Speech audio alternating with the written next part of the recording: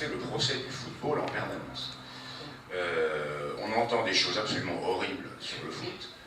Et je me suis dit, bon, ça fait 25 ans que je suis dans le football, bénévole, d'ailleurs, je tiens à préciser parce qu'on parle beaucoup des questions d'argent, pour vous mettre tout à fait à l'aise. Moi, je ne gagne pas un rond dans le football, je ne suis pas payé. Et d'ailleurs, je ne tiens pas à l'être. Quand je dis je ne suis pas payé, je gagne 0 francs, 0 centimes.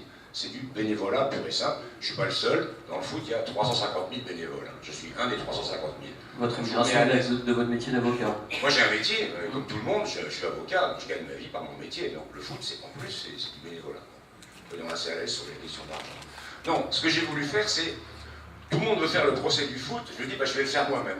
Je vais prendre toutes les accusations qu'on entend sur le foot, les salaires, les transferts, la corruption, les matchs truqués, les problèmes d'arbitrage, les problèmes de tout ce que vous voulez, le calendrier, et je vais essayer chaque fois, j'ai essayé de le faire honnêtement, je vous promets, mais c'est à vous de juger si vous voulez lire ce livre, de présenter un peu l'accusation, et puis après, la défense. Alors évidemment, au total, ça devient un petit peu un plaidoyer pour le football, parce que même si parfois je suis furieux de ce que je vois dans le football, et en colère, parce que je suis attaché à certaines valeurs, globalement j'adore ce sport, quoi.